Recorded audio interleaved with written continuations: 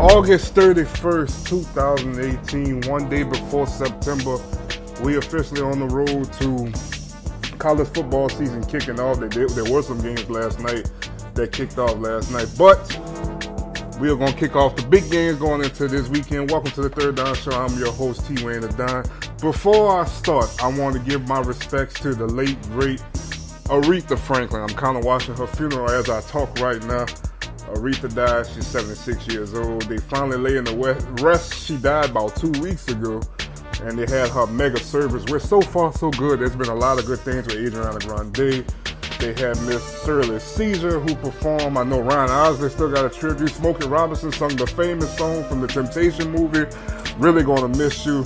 It's been a lot of good things so far in this service, and I'm just watching this is like amazed how much she can bring people together. And that's going to be my final thought today, would be unity about life in the show. But on the show today, we're going to talk about LSU and Miami. We're going to talk about a little bit about what they got planned so far. Talk a little bit about the big trade the Saints has made over the last couple of days. Teddy Bridgewater officially is now the backup quarterback of the New Orleans Saints. Kind of ready to see what he's going to do. I did make a list earlier this week.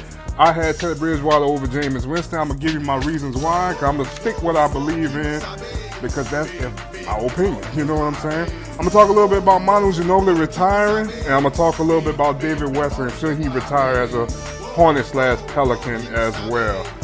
Beautiful Friday afternoon, guys. It's officially football time. We're back to our Monday, Wednesday, Friday shows. Our sales are going to start on Friday. We will be back on Labor Day. Talk about the Monday night game with Virginia Tech and Florida State, and talk about what the aftermath of LSU and Miami on Sunday night. Tomorrow, remember, Washington and Auburn will play tomorrow. You also got Louisville and Alabama. Maryland and Texas. Matt Canada is the interim head coach due to the situation at Maryland. What are some big ones they got tomorrow? I can't remember them all. Oregon State take on Ohio State without Urban Meyer for sure. Got some more. Don't have them all in front of me. Not really concerned with all of them, but let's talk a little about what's going to happen on tomorrow. Guys, I'm telling you what, it's first thing first, it's good to be back with football season. You know, then basketball training camp about to start soon. Real soon. So basketball season about to be right back underway as well. So it's that time of the year. So let's talk about LSU. LSU going to take on Miami on Sunday, not tomorrow, on Sunday.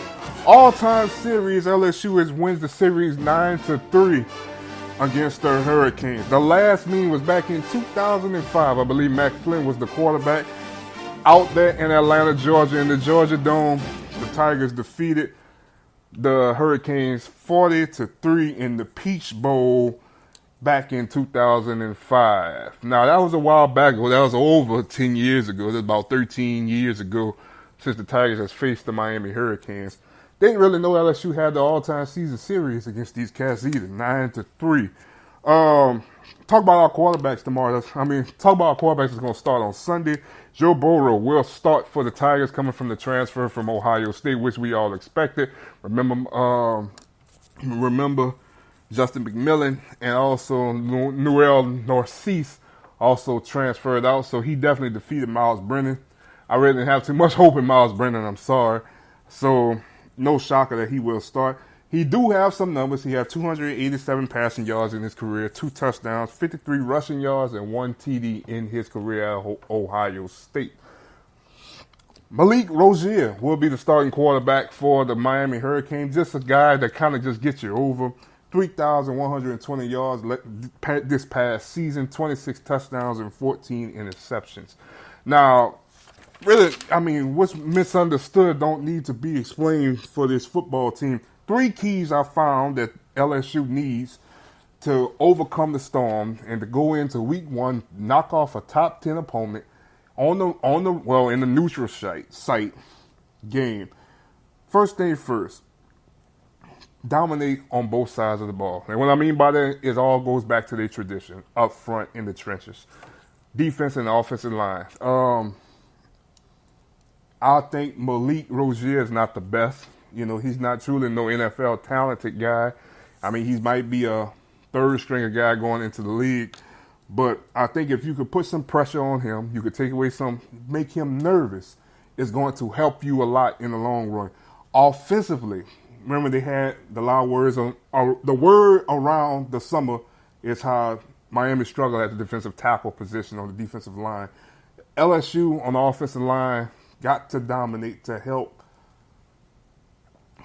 out Joe Burrow. And I think that was my next key, to establish a run. Second key for the Tigers, establish the run game, make sure that they can run, dominate. Could they help out the run game a lot? Take some pressure off the first-year starter for the team.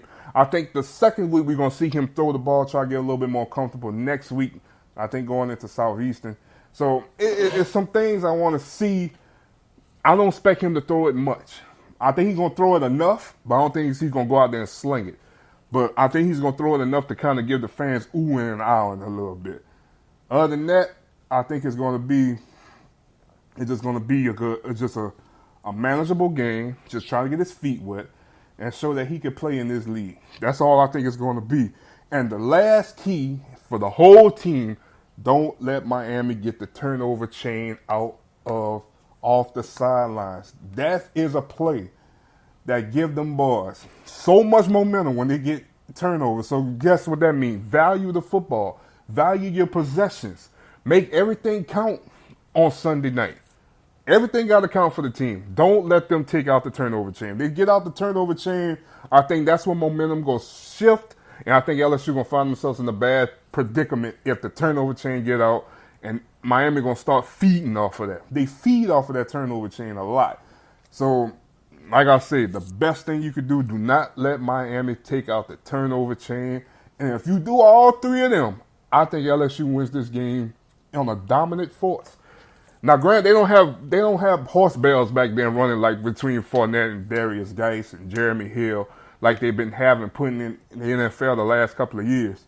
But I think they have enough to continue to what they do best: run the football, make plays, and make them feed in a little bit, make them bite off the play actions and throw the balls deep. I think they have enough on Sunday to beat Miami, and at least beat Miami between 10 to 17 points, if you ask me. I don't find Miami that good. Remember, Miami's on a 3-game losing streak, losing all the way back to Pitt the day after Thanksgiving. They lost to Clemson in the ACC championship game, and they lost at home in the bowl game against Wisconsin this past season. LSU's on a 1-game losing streak. They lost to Notre Dame out there in Orlando this past year, or this past January. In the Citrus Bowl, I believe. Camping World, whatever bowl it is. I know they hold like 2 bowls over there in Orlando. That's a raggedy stadium, if you ask me. I passed there a couple of times. It's just like, and they want to be NFL friendly. I guess the only thing they can host is the Pro Bowl. That's about it. But if you ask me, that's what they have to do. Now remember, Miami dominated Notre Dame in the middle of the season to keep their playoff hopes alive. LSU did lose to Notre Dame this year off of just not being fundamentally sound. I saw something today on Twitter, Danny Etling last night, and I know this got nothing to do with LSU going into Sunday, but Danny Etling had an 86-yard run off a zone read, took it to the house against the Giants last night. I mean, he probably made the roster off of that one move. And somebody said, this is how you know Coach O is trash. Coach O is not who you think he is. And it's just like, is Coach O really getting the all out of his players like we think he should? And I guess we really don't know. But hopefully we're going to see some zone reads Sunday. I keep saying tomorrow. I'm so excited. I keep thinking that they do play tomorrow. But hopefully we can see some zone reads tomorrow. Hopefully we can see the option game a little bit. The run-pass option as well. Bring that more element, because that's where college football is at. It's not so much about the 3-step, 5-step dropbacks anymore. It's more about the typical bringing the new style, new school offenses to the field. And that's what I want to see what's going to come out on Sunday night against the Hurricanes. So I'm interested to see how LSU going to weather the storm this season. They got a hard schedule. This is not the most stacked team that they have. I mean, the best players is Greedy Williams and Devin White. Uh, so it's a different team. It's a different era. But if you find yourself weathering this storm, I'll tell you this. One thing about I said the other day, I feel like Nebraska is the team to watch in the Big Ten. And I'm going to stick by that. I think they are the team to watch in the Big Ten. I think they're going to surprise some people to a degree where they're going to make some noise for next year. I think if LSU can at least, because I'm saying a lot of big what ifs, but you got 3 teams on the schedule, actually 4, that all had potential impacts probably to the last weeks of the season to make the college football playoff. That was Auburn, Georgia, Alabama, and Miami is all on your schedule. That's 4 teams last year that found themselves in the hunt for a national championship. 2 teams playing each other in a national championship last year. So you got one of the hardest schedules in the country playing just because you got the 2 teams that played in the national championship on your schedule coming to your house. If you ask me, it's hard for me to say they're gonna beat one of them. I would love to see them beat Georgia. If you ask me, in my opinion, I would love them to beat Georgia. Do they have enough talent to beat Georgia? Do they have enough talent to beat Alabama? We really don't know to a degree. So I would love to see them beat Georgia or Alabama for momentum reasons for next year. If they could beat the SEC East champions, they could beat the team one of the teams that easily could have won a national championship last year. Give me momentum for next year. I would love for them to beat both of them. But, a lot of people not giving them a fair chance against one. If they could at least steal one. And then I feel better than both of them at home. Because they got a rough schedule. Remember, they go back to Florida again. They go to Auburn. Mississippi State come here. I want to say Ole Miss come here this year. But it's still you got to weather the storm. They go to A&M this year. The new A&M with Jimbo Fisher and company. Weather the storm, but it all starts week 1. We're going to see how really good they are week 1 when they take on the Miami Hurricanes this year. Let's move on. Saints trade for Teddy Bridgewater for a 3rd round pick.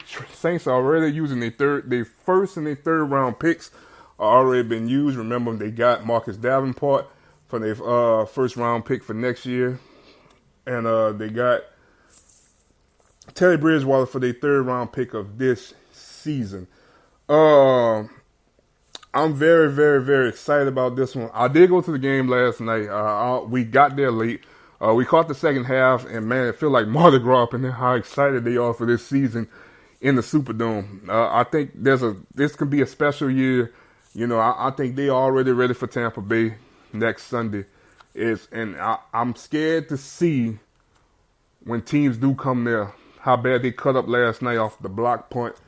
They acted like some fools in there last night. I'm telling you. So it's going. The future going in the right direction. Then bringing Teddy Bridgewater in yesterday, he was on the sidelines, like the buzz in there. Like, man, we set up to be a good franchise for a long time now. I read an article this morning that they said the Saints didn't know what they was going to do with trying to re-sign Teddy at the end of the year, blase, blase. I think they're not worried about that right now. I for sure think he's coming back to New Orleans. I think he's going to be the guy to come in and be the heir apparent for Drew Brees once it's all said and done. You don't give up no 3rd round pick, especially when they've been hitting home runs with the 3rd round picks the last couple of years. So Teddy Bridgewater, Saints officially now have 3 Rookie of the Years on their team. The Saints has been known for years to always have a trend. Like the recent trend's been drafting Ohio State players. Michael Thomas, you got Von Bell, Marshawn Lattimore. You had JT Barrett on the team as well. Poor JT who struggled last night tremendously. Then you take away them, always had Heisman Trophy winners. Ricky Williams, Mark Ingram, Reggie Bush, always had that. Now they got Rookie of the Year guys, 3 Rookie of the Year guys between Lattimore, Kamara, and Teddy Bridgewater are on the team. Now I came up with a poll. I gave my recent guys ranked each quarterback in the division, and my buddy, that's my brother. You know what I'm saying? Siblings don't always see eye to eye.